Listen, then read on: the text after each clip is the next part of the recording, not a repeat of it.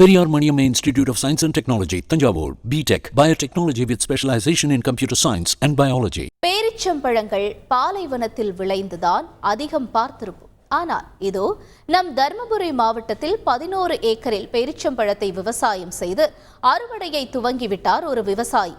இது பற்றிய செய்தி தொகுப்பு உங்கள் பார்வைக்கு. கொஞ்ச நாளுக்கு முன்பு கூட சதம் அடித்தது வெயில் தர்மபுரியில். கிணற்று பாசனமே இல்லை. அணையெல்லாம் வறண்டு போய்விட்டன. பயிரெல்லாம் கருகி போய்விட்டன. விவசாயம் பொய்த்து போனதால் தர்மபுரியையே வறட்சி மாவட்டமாக அறிவிக்க வேண்டும் என கண்ணீர் வடித்தனர் விவசாயிகள். ஆனால் வல்லவனுக்கு புல்லும் ஆயுதம் என்பது போல அதே வறட்சியை பயன்படுத்தி விவசாயத்தில் கலக்கி வருகிறார் அரியகுளத்தைச் சேர்ந்த விவசாயி நிஜாமுதீன்.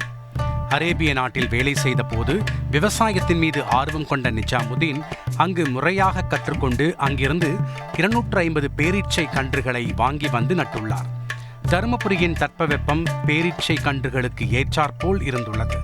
விளைச்சல் கை கொடுத்ததால் படிப்படியாக முன்னேறி 34 வகை பேரீச்ச மரங்களை 11 ஏக்கரில் சாகுபடி செய்து அசத்தி உள்ளார் அவர். பல மாவட்ட விவசாயிகளும் மாணவர்களும் இவரிடம் ஆர்வமாக பேரீச்சை விவசாயம் குறித்து கற்றுக்கொள்கின்றனர். வெளி மாநிலங்களைச் சேர்ந்தவர்கள் நிஜாமுதீனிடம் பேரீச்சை கன்றுகளை வாங்கிச் செல்கின்றனர். குலை குலையாய் காய்த்து தொங்குகின்றன. இதோ அறுவடையும் துவங்கிவிட்டது. கிலோ 150 ரூபாய் முதல் 600 ரூபாய் வரை விலை போகிறது.